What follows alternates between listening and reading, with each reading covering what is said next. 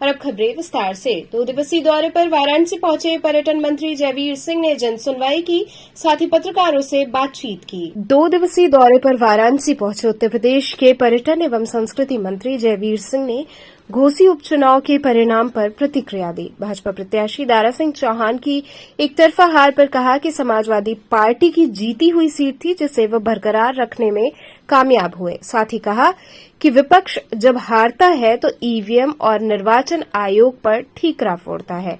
EVM में धांधली का रोना रोता है, लेकिन घोसी उपचुनाव के परिणाम के बाद विपक्ष मौन है।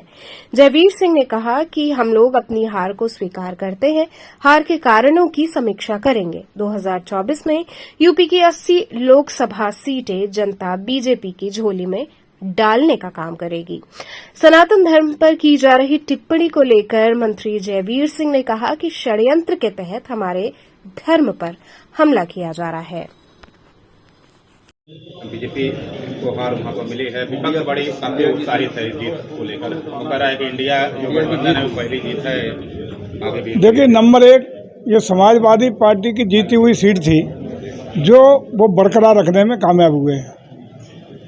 हमारा प्रयास था कि ये चुनाव राज्य और केंद्र की उपलब्धियों और सरकारों के परफॉर्मेंस के आधार पर हों, लेकिन स्थानीय स्थितियों परिस्थितियों के आधार पर चुनाव हुआ और निश्चित रूप से सपा अपनी सीट को बचाने में कामयाब हुई। लेकिन जिस तरीके से विपक्ष हमेशा जब हारता, कल ये चुप हैं, लेकिन हारता है तो भारत निर्वाचन आयोग ने हरा दिया, ईवीएम ने हरा दिया, प्रशासन ने हरा दिया, सरकार ने हरा दिया, ये ठीकरा फोड़ने का काम करते रहे।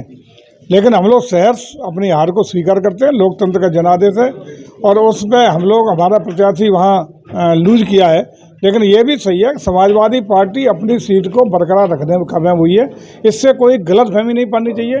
उत्तर प्रदेश में और आगामी लोकसभा के चुनाव में पूरे देश में जिस तरीके से आदरणीय मोदी के नेतृत्व में केंद्र की सरकार के द्वारा और उत्तर प्रदेश में आदरणीय योगी जी के नेतृत्व में लोक कल्याणकारी विकास की योजनाओं का लाभ पहुंचाया गया, जिस प्रकार से उत्तर प्रदेश को बीमारू राज्य से उबार के हिंदुस्तान का ग्रोथ इंजन बनाने का काम किया गया, जिस तरीके से लोक कल्याण जन कल्याण योजनाओं का व्यापक रूप से काम हो रहा है, आम गरीब के दरवाजे तक दस्तक विकास दे रहा है, योजनाओं का लाभ पारदर्शिता से पहुंच रहा है, उससे हमें पूरा भरोसा है कि 2024 में एक बार पुनः उत्तर प्रदेश की 80 सीटें भारतीय जनता पार्टी की झोली में डालने का काम प्रदेश की जनता करेगी और देश में प्रचंड बहुमत के साथ आदरणीय मोदी जी को तीसरी बार देश का प्रधानमंत्री बनाने का जनादेश मिलेगा। जो हार मिली है उसका मंथन किया जाएगा, क्या वजह रही? क्या राजभर का वजह बताया जा रहा है कि देखिए, अब जो भी परिणाम आया है उस पर समीक्षा करेंगे। समीक्षा करने के बाद जो भी निष्कर्ष होगा उस पर हम लोग चिंतन मंथन करेंगे। मंत्री जी, इनक्रेडिबल इंडिया की बात कर ले तो वो पहचान है पर्यटन की। उत्तर प्रदेश पर्यटन की बात कर लें तो कहीं न कहीं इसका भी बहुत बड़ा महत्व है। लेकिन वर्तमान में इंडिया वर्सेस भारत को लेकर जो बहस चल रही है, क्या लगता है भारतीय पर्यटन के दृष्टिकोण से अगर हम देखें तो उसको उस पर आप क्या कहें? देखिए, चाहे पर्यटन की बात हो, भारत की संस्कृति की बात हो, हमारी सनातन परंपराओं की बात हो, भारत का आदिकाल से और अब तक उसमें प्रश्न नहीं लगा है। हमारी सनातन संस्कृति को मिटाने के काम बहुत बार किए गए, बहुत लोगों के द्वारा किए गए, चाहे बाबर से औरंगजेब से तक लेकर के मुगल काल का काल हो या रावण से लेकर अन्य राक्षसी प्रवृत्तियों ने हमला हमारी संस्कृति पे किया हो, लेकिन संस्कृति पर हमला करने वाले नष्ट हुए हैं।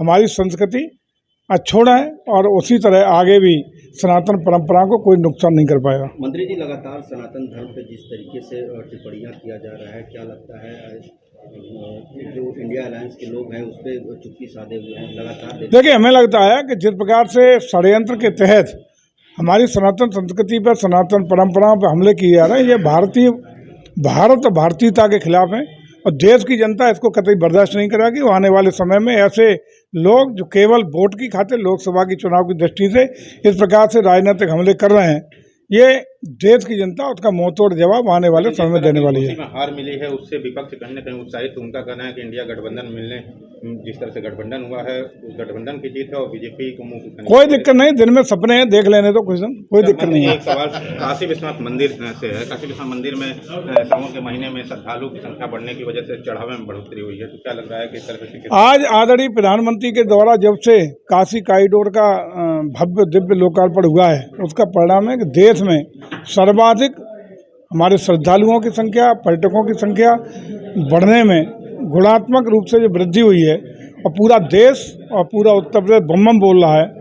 भोले बाबा के आशीर्वाद पाने के लिए पूरे देश और दुनिया से लोग आकर के यहाँ अपना मत्था टेक रहे हैं। इससे न सिर्फ पर्यटन में, न सिर्फ उत्तर प्रदेश की संस्कृति में चार चांद लगे हैं, बल्कि बेमिसाल एक नया उदाहरण प्रस्तुत हुआ है कि पर्यटन और संस्कृति के क्षेत्र में अपार संभावनाओं का उत्तर प्रदेश है। इसी तर्ज पर हम लोग मथुरा वृंदावन को कॉरिडोर के रूप में विकसित करने जा रहे हैं। भगवान राम का भी अयोध्या का जनवरी के महीने में लोकार्पण माननीय प्रधानमंत्री के कर कमलों से होने जा रहा है। और उत्तर प्रदेश संस्कृति और पर्यटन दोनों के क्षेत्र में पर्यटकों को, श्रद्धालुओं को आकर्षित करने का केंद्र बनेगा और सबसे ज्यादा राजस्व देने वाला विभाग पर्यटन बनेगा। वहीं वाराणसी संसदीय जनसंपर्क कार्यालय पहुंचे पर्यटन मंत्री जयवीर सिंह ने जन समस्याओं की सुनवाई करते हुए उनके समाधान के लिए संबंधित अधिकारियों को आदेश दिया। प्रधानमंत्री नरेंद्र मोदी के आगमन को लेकर पूछे गए प्रश्न पर उन्होंने कहा कि प्रधानमंत्री नरेंद्र मोदी का निर्वाचन क्षेत्र है, उनका धर्म और दायित्व है, वो वाराणसी की चिंता करते हैं और वो जब भी आते हैं तो काशीवासियों को सौगात देकर जाते हैं। वे सौभाग्य की बात है कि गंगा मैया का उन पर आशीर्वाद है। उन्होंने कहा कि 2024 में वो प्रचंड बहुमत के साथ चुनाव जीतेंगे।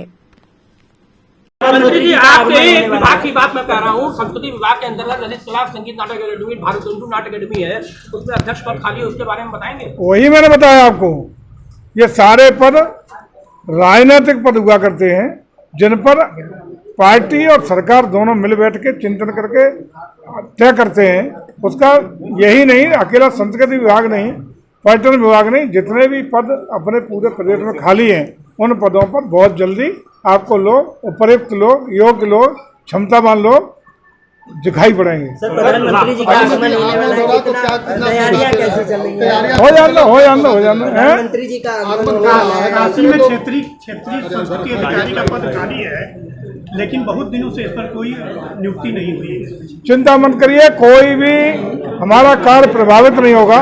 वाराणसी के समग्र विकास के लिए पर्यटन विभाग पूरी तरह संकल्पित है।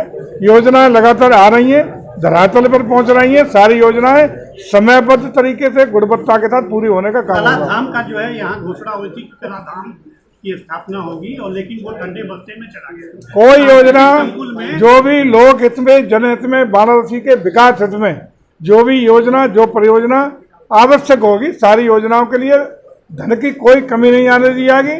वाराणसी के समग्र विकास, संपूर्ण विकास के लिए प्रदेश और राष्ट्र, देश की सरकार दोनों पूरी तरह संकल्पबद्ध है। प्रधानमंत्री मोदी जी आ रहे हैं तो क्या योजना? प्रधानमंत्री जी का निर्वाचन क्षेत्र है, उनका धर्म है, उनका दायित्व, और हमेशा वाराणसी की वो चिंता करते रहते हैं। आते हैं तो रूबरू होके करते हैं, नहीं आते तब भी दिल्ली में बैठ के जहाँ भी होते हैं वाराणसी का विकास, वाराणसी की चिंता, वाराणसी का समग्र रूप से चिंतन करने का काम आदरणीय प्रधानमंत्री लगातार करते रहते हैं। इसके लिए सौभाग्यशाली बनारस है और सौभाग्यशाली प्रधानमंत्री जी है। गंगा मैया का पूरा आशीर्वाद माननीय प्रधानमंत्री को दिया और यहाँ की जनता को भी हम बधाई देंगे कि लगातार आदरणीय मोदी के प्रति विश्वास बढ़ रहा है। और आगे भी जो 2024 में जब यहाँ से संसदीय चुनाव होगा तो प्रचंड बहुमत के साथ पिछला रिकॉर्ड तोड़ते हुए जिताने का